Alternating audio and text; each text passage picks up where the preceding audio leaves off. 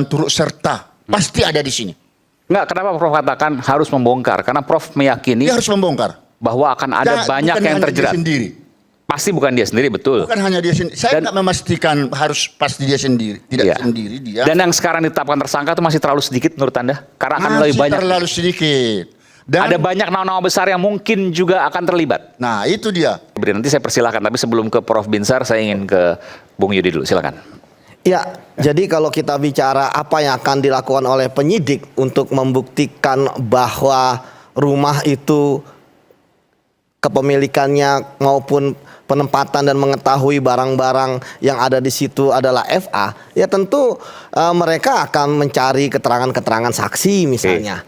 Ya, itu yang pertama. Kemudian yang kedua, ya tadi alibi-alibi yang dibangun, ya saya pikir itu agak lemah gitu ya. Alibi yang mana nih? Alibi misalnya ini pernah ditempati oleh orang lain, ya kan, kemudian tidak mengetahui, kemudian pindah ke tempat tugas di sana dan di sini, itu kan memang pembuktian formal dia ada, tapi kan di situ kita bisa melihat bahwa ada loh saksi yang ada di tempat tersebut. Dan masih terkait dengan Febri Ardiansyah. Ya, siapa itu? Orang yang tinggal di situ, yang menjadi penjaga. Dialah sosok penting. Itu yang pertama. Ya. Yang mengetahui ya mengenai arus orang yang datang ke sana. Oke. Kemudian yang kedua terkait dengan Sebentar. dari 2 tahun yang di sana itu penjaganya. Karena kepala rumah tangga. Apa ada kaitan dengan kematian Sutrimo? Sutrimo di sana juga? Bukan, beda. Beda, oke. Nah, penjaga ini, ya kan, itu kan tentu akan dilihat dia yang bayar siapa. Oke. Yang memerintahkan tinggal di situ siapa? Ya, apakah dia tinggal di situ atau kemudian dia tinggal dekat rumah situ? Nah, ini kan sangat menarik. Bagaimana uang sebanyak itu? Ya, kurang lebih kalau yang di situ kan 300-an M plus 74 kilo. Itu kok penjaga cuma 1. Itu pun juga bisa jadi nggak tiap hari di situ. Ya.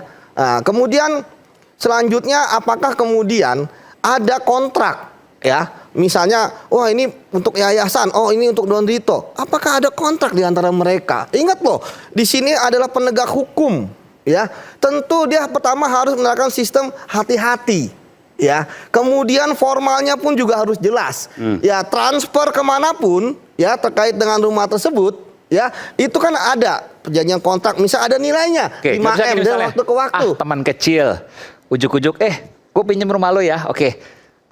Mau bawa berangkas nih, isinya ya nanti isi belakangan lah.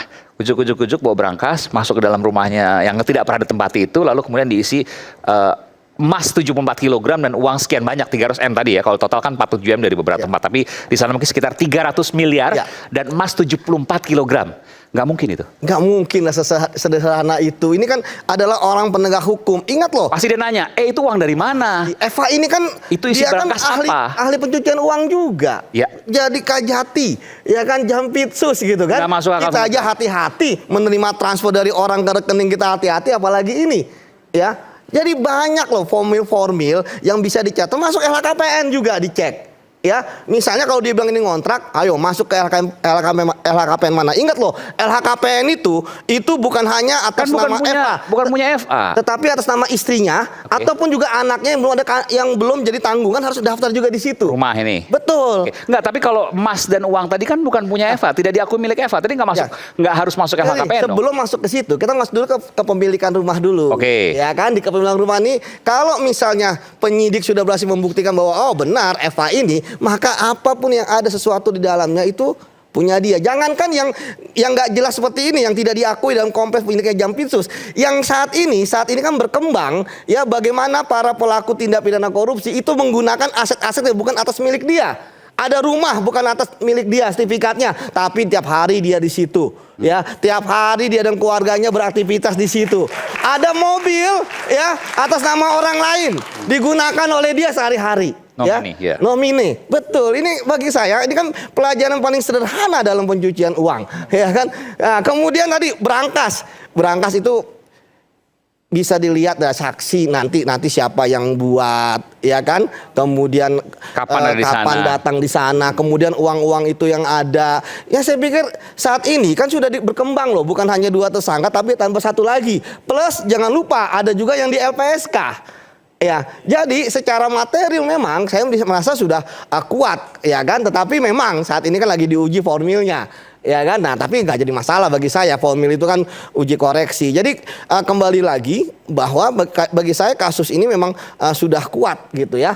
Nah, tinggal ya bagaimana ya penyidik ya ini kemudian ya benar-benar memperkuat pembuktian dan kemudian yang paling penting adalah melindungi para saksi-saksi. Saya berharap bahwa bukan hanya satu saksi yang dilindungi oleh PSK, tapi saksi-saksi yang lain ya. Karena bagi saya kasus ini lebih banyak kepada keterangan saksi untuk memperkuat. Dan saksi-saksi itu adalah orang dekat yang berada di rumah. Apakah itu penjaga, ataukah tukang kebun, ataukah sopir? Mas Aiman, nah ini saya dulu waktu jadi penyidik ya sering ke ruang Uda Febri juga gitu kan, udah kan jubir gitu ya. Jubir, ya. Ya kita kan diskusi ya bahwa sebenarnya saksi-saksi yang menjadi saksi mahkota, yang membuka kotak Pandora bukanlah saksi-saksi yang terkait dengan jabatan struktural. Misalnya dirjenkah, kalau dia itu saksinya menteri, irjenkah, tetapi saksi-saksi yang tidak mempunyai jabatan, bahkan kerjanya informal yang ada di sekelilingnya. Itu tadi sopir, tukang kebun, ajudan, ya kan, tukang kebun, yang mengetahui aktivitas di situ siapa. Misalnya siapa yang sering kedatang ke rumah tersebut, kemudian melihat berangkas, ya kan, kemudian membuka dan tahu nomornya. Apakah kemudian Don Rito tahu nomornya? Ya kan, walaupun kemarin jago juga tuh kuncinya ya, pemegang kunci bisa buka gitu ya. Tapi kan itu ahli ya. Artinya kata berangkas pengalamannya seperti itu. Jadi bagi saya memang saat ini kasus yang seperti ini itu bukan berdasarkan by dokumen. Ya, tapi benar-benar keterangan saksi. Jadi saksi ini benar-benar harus dilindungi karena dia tahu siapa yang sebenarnya ya dasolennya, siapa sebenarnya pemilik uang tersebut. Anda mau secara langsung mengatakan jangan nanti boleh dibantah. Jangan ada sutrimo yang lain. Cocok. Oke. Silakan. Baik, terima kasih Bang Aiman. Saya hanya memberi masukan atau tambahan. Oh, nggak, kirain mau tanya, nggak, Prof? Apa yang disampaikan oleh Yang Mulia Febri Diansyah ya. Ya. Ini sekarang Lebih dulu. yang bersangkutan sudah berubah haluan. Kalau dulu waktu jubir di KPK lain, sekarang mau tidak mau memang dia harus lebih mementingkan kepentingan FA kan begitu. Nah, yang saya perlu mempertanyakan, apa betul tahun 2008 itu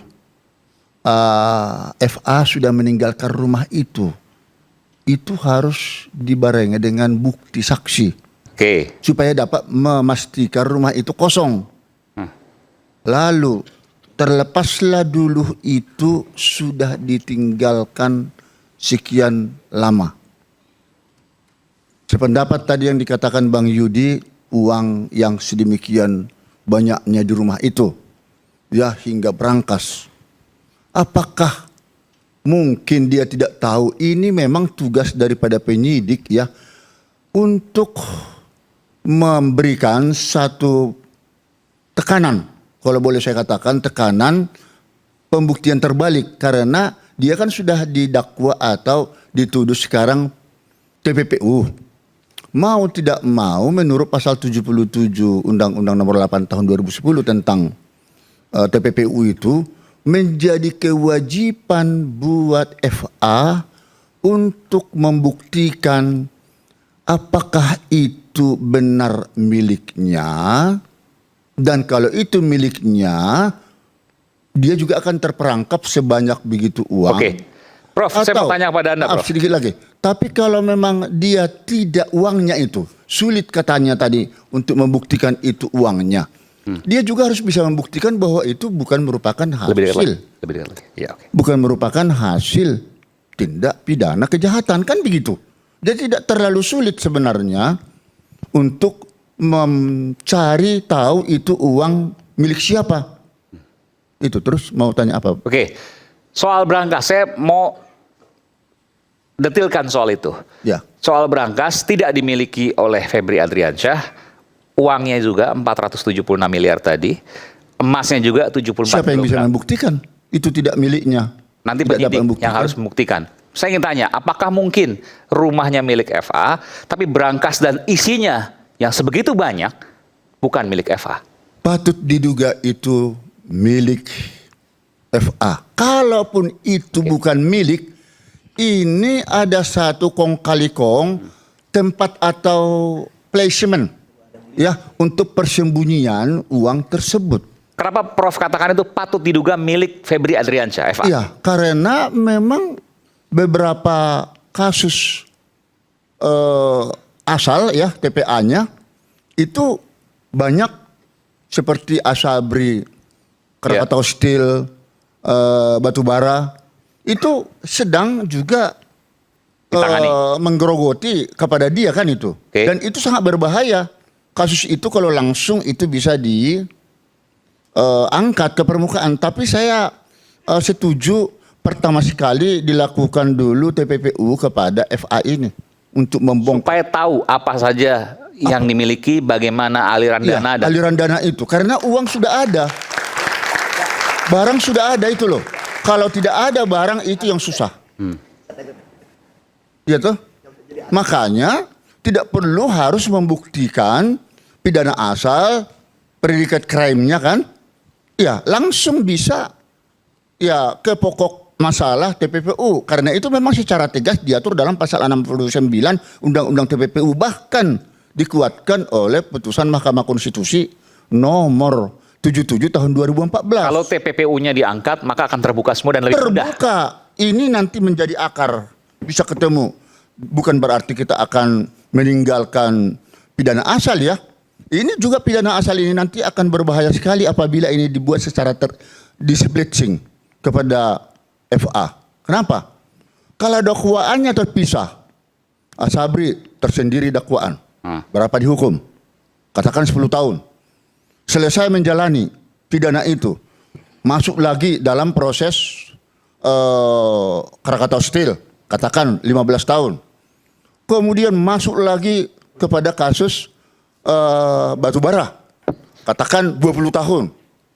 Jadi ketika selesai dia menjalani pidana dari kasus korupsi itu, dia akan masuk lagi dipidana di dalam kasus-kasus lain termasuk TPPU-nya. Ini bahaya. Jadi mau tidak mau FA di sini harus membongkar secara transparan siapa saja sebenarnya yang terlibat di dalam peristiwa ini. Kenapa Prof hanya dia sendiri.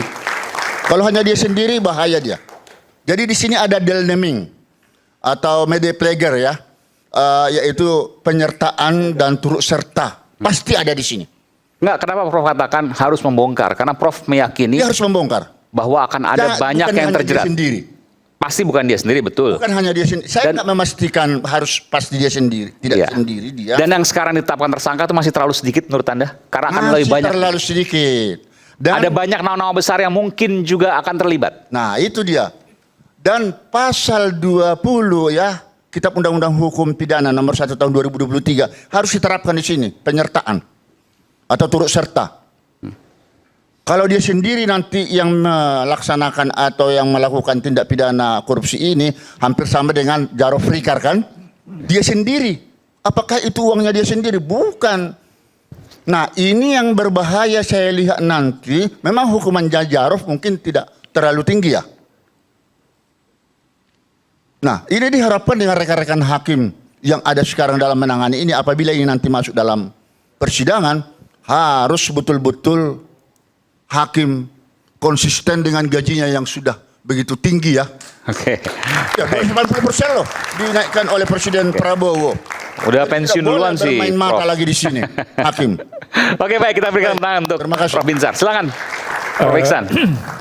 Kalau saya ngelihatnya money follow the transaction. Uang itu ngikutin transaksi, mana larinya. Pertanyaannya menarik, kalau transaksinya jatuhnya ke Sentul dengan emas, itu beyond the transaction-nya apa? Itu yang mesti diubah. Jadi kalau prinsip money follow the transaction, kita mesti bertanya. Sebentar, audio monitor bisa dinaikin lagi? Biar kita tahu bahwa ada transaksi besar di balik itu. Itu yang pertama. Kalau kita bilang ada transaksi besar, maka kalau dibilang itu tidak diketahui ada brankas dan kemudian juga tidak ada diketahui isinya, untuk seorang jaksa itu problem besar karena uangnya terlampau besar. Itu problem besar karena emasnya 74 kilo. Dan kan bukan miliknya. Itu justru menjadi Anda sangat berbahaya di situ ketika Anda menyatakan itu bukan miliknya tapi ada di rumahnya. Kenapa bahayanya, Prof? Bahayanya, Anda telah membiarkan satu rumah kondisi itu menjadi sasaran bagi kalangan banyak bahwa itu ada uang besar di dalamnya. Kan Anda sedang mengundang resiko. Uang yang demikian rupa ada di situ, walaupun di brankas, dan ada emas di situ. Itu kalau kita tahu Sentul, Aiman, pada model klaster-klasternya kayak gitu, memang pengamanannya bagus gitu ya. Tapi pada saat yang sama ketika Anda masukin uang besar, maka Anda sesungguhnya sedang mengundang sesuatu di belakang itu. Nah, maka runtunannya pertama tadi selain manifold transaction, saya akan ngejar rumah itu sebenarnya statusnya kalau tadi dibilang oleh Febri sebagai bukan tidak lagi ditempati gitu ya. Maka secara sertifikat itu punya siapa? Hak miliknya konkretnya itu punya siapa sesungguhnya. Tadi disebut oleh Yudi, kita mesti juga tanya. Tapi bukan sekedar tanya sama si penjaga. Brankasnya bukan punya FA, isinya juga bukan punya FA, yang merupakan uang dan juga emas. Nah, disitulah muncul kecurigaan-kecurigaan yang tadi sudah disebut oleh Fitro. Bagaimana Anda membiarkan satu duit sebesar itu dengan dan emas? Gini loh. Anda punya rumah di Sentul. Rumah di Sentul itu rumah mewah. Yeah. Untuk masukin brankas dengan tinggi seperti itu, Anda ngebongkar loh. Anda ngebongkar loh. Dan tidak sembarang. Itu ngebongkar loh. Nggak masuk akal ini, Man. Sebentar gini. Anda sebut deh, Anda pakai US dollar. Yeah. Tapi juga ada rupiah. Anda sebut kayak gitu. Kalau jumlahnya sampai 746 miliar. Itu Anda butuh brankas seperti itu. 1 meter tingginya gitu. Ya, Anda memang harus ngebongkar. Anda harus ngebongkar rumah, ngebobok rumah, nggak bisa sembarangan. Ingat kasus pajak yang akhirnya dia gali karena disimpenin emas segala macam itu. Ingat di kasusnya? Karena dia nggak bisa nyimpen lagi sampai dia bangun bunker kan? Oke. Itu aja kelihatan di situ. Pada perspektif itulah saya melihat begini jadinya. Oke, dia bilang itu bukan punya rumahnya, tapi dibiarkan rumahnya dibongkar sedemikian rupa. Kalau Anda mengontrakan, sebut deh begini, 2008 saya nggak tinggal lagi di situ, saya kontrakin. Untuk kemudian dibongkar masukin berangkas, si pengontrak harus minta izin sama ke pemilik, nggak bisa enggak. Mustahil dia nggak minta izin. Loh, selalu si pengontrak bilang, saya mau pasang brankas di situ untuk taruh. Anda sebagai pemilik rumah, loh, kenapa Anda pasang brankas? Anda siapa? Ini salah satunya nih. Sebesar ini, ntar kita putarkan coba ya. Oke, silakan. Sebesar ini pasti akan, ini coba bisa putarkan lagi. Akan menimbulkan pertanyaan bagaimanapun kalau Anda tampilin brankas sebesar itu. Ya, ini di dalam lemari. Nggak mungkin tiba-tiba ujuk-ujuk dibawa tanpa kemudian ada renovasi. Coba lihat. Dan coba pas tingginya. Oke. Coba lihat tingginya. Ya lebih tinggi dari manusia kan? Artinya kan ada ngebongkar. Ada renovasi lah. Untuk merenovasi itu mesti minta izin sama pemilik rumah. Harus ada izin pemilik rumah karena ada ngebongkar di situ gitu loh. Itu pertanyaan besarnya. Jadi tidak semudah itu dipasang brankas dengan pertanyaan berikutnya menjadi, loh, kalau Anda pasang brankas kayak gitu, sebut deh sekarang bukan kayak gitu. Katakan deh si pengontraknya, bukan karena itu. Febri akan bertanya dong, Eva akan bertanya dong. Anda ngapain punya brankas di situ dan taruh segitu? Transaksi Anda apa ya sampai butuh duit tunai taruh di situ? Gua penegak hukum. Itu kan muncul pertanyaan-pertanyaan kayak gitu loh. Bagaimanapun gitu akan muncul pertanyaan-pertanyaan begini. Ini ngapain nih? Loh, saya jaksa, kemudian saya tahu apalagi terus jabatan berikutnya di Jakarta sebagai Kajati. Wow. itu dari situ. Dari situ sesungguhnya pertanyaan saya lebih lanjut. Oke, Anda taruh duit gede. Terus rumusnya adalah money volume transaction. Karena berikutnya nanti, ini beban berikutnya masalahnya. Yang kemudian menjadi asimetri. Tapi kemudian menjadi masalah besar bagi Febri sebagai pengacara. Aset recovery. Saya geser langsung ke lompat. Jadi Febri yang tadinya, ini menarik di sini problemnya. Febri yang tadinya sebagai subjek hukum, penegak hukum, terus menjadi objek. Loh, dilema besar itu. Dalam penegakan hukum ketika Anda tampil pertama kali sebagai subjek, lalu kemudian Anda menjadi objek, dan di balik objek itu Anda ditemukan di balik Anda ada hal-hal yang dalam bahasa pidananya ditemukan barang bukti gitu ya. Wow, ini subjek menjadi objek. Bagaimana ceritanya? Artinya ada problem besar. Saya ingin mengatakan kepada para pengacara di sini gitu. Ada problem besar pada penegakan hukum di Indonesia. Ada masalah besar di sini itulah yang saya sebut sebagai pergeseran dari subjek ke objek, menunjukkan ada overlapping di sisi lain antara kepolisian sama kejaksaan. Nah, terbongkarlah kasus itu. Itu yang saya bilang juga di berbagai institusi korupsi itu, kecuali di KPK, karena saya tidak pernah bicara dengan teman-teman KPK sejak namanya sejak namanya generasi kedua KPK, gitu ya. Saya ngeliatnya begini jadinya, loh, ini tadi saya bilang sama Anda, ini kok kelihatan jadi urusan korupsi, urusan penguasa nih. Loh, kalau penguasa suka nggak suka sama lo, itu yang saya bilang sama Iman di ruangan ini. Nah, apa kaitannya korupsi dan penguasa di sini, maksudnya apa? Kalau penguasa yang nggak suka, lu gue kriminalkan. Kalau penguasa yang nggak suka, lu gue kriminalin. Nggak, tapi kan di kasus ini nggak ada indikasi. Ada dong, dalam kaitan dengan posisi terjadi sebelumnya dengan BGN. Kan ini nggak berdiri sendiri, makanya kemudian ada kaitan dengan bagaimana kejaksaan pernah dikepung segala macam. Ada kemudian kepolisian Polda Metro Jaya didatengin. Loh, dibilang ada problem besar. Jadi kekuasaan ini nggak harus istana maksudnya. Lepas apakah itu istana apa bukan, ini ada masalah besar. Tadi saya bilang ada problem perubahan dari subjek ke objek.